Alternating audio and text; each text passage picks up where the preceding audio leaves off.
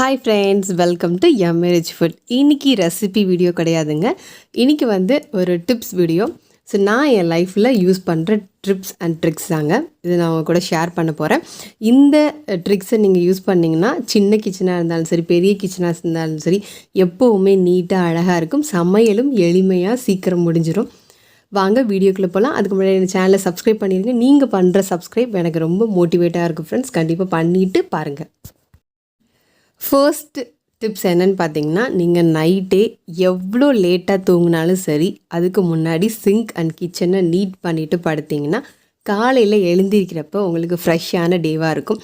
இது நான் சம்டைம்ஸ் பிஸியாக இருந்தேன்னா பண்ண மாட்டேன். காலைல பார்த்தா அந்த நாள் முழுக்க ப்ரெஷராக இருக்கும்.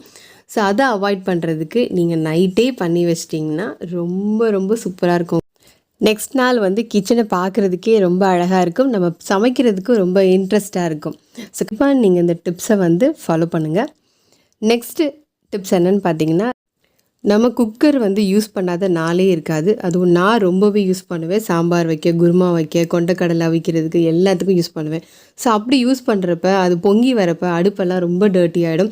அதுவே எனக்கு ஒரு பெரிய ஒர்க்காக இருக்கும். ஸோ அதை அவாய்ட் பண்ணுறதுக்கு குக்கரை மூடுறதுக்கு முன்னாடி ஒரு சின்ன பவுலில் உள்ளே தூக்கி போட்டோம்னா எவ்வளோ தண்ணி ஊற்றிருந்தாலும் அது வெளியவே வராது. விசில் வரப்போ அந்த மூடியோடையே ஸ்டாப் ஆயிரும். நீங்கள் பார்த்தாலே தெரியும் வீடியோவில் எவ்வளோ தான் வெளியே அந்த சாம்பாரோட எசன்ஸ் வந்தாலும் அந்த மூடியோடய ஸ்டாப் ஆயிரும். கீழே ஒரு சொட்டு கூட வராது. இது நான் கொஞ்சம் நாளாகவே யூஸ் பண்ணிகிட்ருக்கேன். இந்த டிப்ஸை நீங்கள் கண்டிப்பாக ஃபாலோ பண்ணி பாருங்கள்.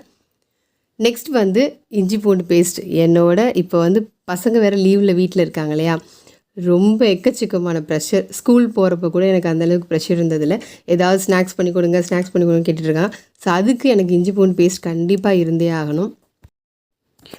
ஸோ இஞ்சி பூண்டு பேஸ்ட் நம்ம எல்லா ஃப்ரைக்குமே போடலாம். சிக்கன், மட்டன் எல்லாத்துக்குமே நமக்கு ஒரு உருளைக்கிழங்கு வறுக்கிறதா இருக்கட்டும், வாழைக்காய் வறுக்கிறதா இருக்கட்டும், எல்லாத்துக்கும் இஞ்சி பூண்டு பேஸ்ட் தேவைப்படும். ஸோ அதை 1 வீக் தேவையானதை எப்படி கெட்டு போகாமல் ஸ்டோர் பண்ணுறது, நம்ம ஃப்ரிட்ஜில் தான் ஸ்டோர் பண்ணுவோம். பட் இஞ்சி பூண்டு பேஸ்ட்டில் ஒரு ஸ்மெல் வந்துடும். அதை அவாய்ட் பண்ணுறதுக்கு நம்ம சில டிப்ஸ்லாம் இருக்குது. அந்த மாதிரி நம்ம அரைச்சோம் அப்படின்னா ரொம்ப நாள் வரைக்கும் இருக்கும். நான் இஞ்சி பூண்டு பேஸ்ட்லாம் எடுப்பேன். பட் என்ன பண்ணுவேன்னா வெளியே வச்சுருவேன். ஸோ சம்டைம்ஸ் மறந்துட்டு வச்சுட்டேன்னா ஈவினிங் எடுத்து பார்க்குறப்போ ஒரு ஸ்மெல் வந்துடும். அந்த ஸ்மெல்லெல்லாம் அவாய்ட் பண்ணுறதுக்கு ஒரு டிப்ஸ் இருக்குது. வாங்க பார்க்கலாம். ஃபர்ஸ்ட் நான் இஞ்சி பூண்டை தோல்லாம் ரிமூவ் பண்ணி வச்சுக்கிட்டேன். அது குட்டி குட்டி பீஸாக கட் பண்ணி மிக்ஸி ஜார்லேயும் போட்டேன். மீதி இருக்க இஞ்சியை ஒரு கண்ணாடி பாட்டிலில் ஸ்டோர் பண்ணிக்குவேன். இது பொங்கல், அதுக்கப்புறம் டீ போடுறதுக்கு இந்த இஞ்சி எடுத்துக்குவேன். நெக்ஸ்ட் பூண்டும் அதே மாதிரி இஞ்சிக்கு சம அளவு பூண்டு எடுத்துக்குவேன். அந்த மீதி இருக்க பூண்டை ஒரு கண்டெய்னரில் போட்டு ஸ்டோர் பண்ணிக்கலாம். புளிக்குழம்பு இந்த மாதிரி ஏதாவது பண்ணுறதுக்கு. மேக்ஸிமம் இந்த பூண்டும் இஞ்சியும் கட் பண்ணி வச்சுருக்கோம்ல கண்டெய்னரில், அது ஒரு 3 டேஸில் நான் யூஸ் பண்ணிடுவேன். இஞ்சி பூண்டு பேஸ்ட் தான் 1 வீக் வரைக்கும் இருக்கும். ஸோ அதெல்லாம் கெட்டு போகாது. இது எப்படி ஸ்டோர் பண்ணணுன்னா, இஞ்சி பூண்டு எடுத்துகிட்டு அதில் ஒரு 1/2 டீஸ்பூன் அளவுக்கு எண்ணெய், அதுக்கப்புறம் கொஞ்சமாக மஞ்சத்தூள் இது போட்டு தண்ணி விடாமல் நம்ம அரைச்சி எடுத்துக்கலாம்.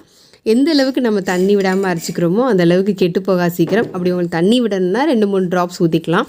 ஸோ நல்ல மைய பேஸ்ட்டாக அரைச்சாச்சு. நீங்கள் எந்த ஆயில் வேணாலும் ஆட் பண்ணிக்கலாம். ஒரு 1/2 டீஸ்பூன் அளவுக்கு ஆயில் ஆட் பண்ணிக்கோங்க.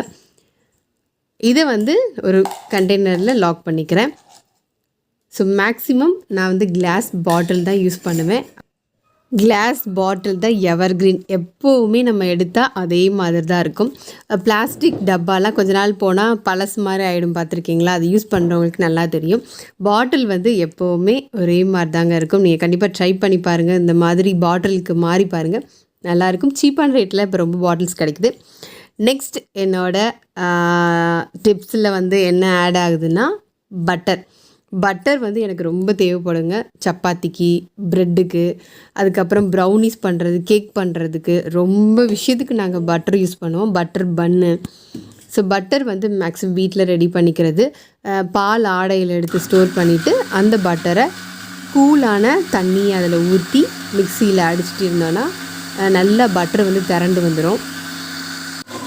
ஃப்ரெண்ட்ஸ், நீங்கள் இப்போ தான் ஃபஸ்ட்டு வெண்ணெய் எடுக்க போகிறீங்க ஆடையிலனா, நீங்கள் பாலாடையை வந்து ஒரு 2 மணி நேரத்துக்கு முன்னாடி ஃப்ரிட்ஜிலேருந்து எடுத்து வச்சுருங்க.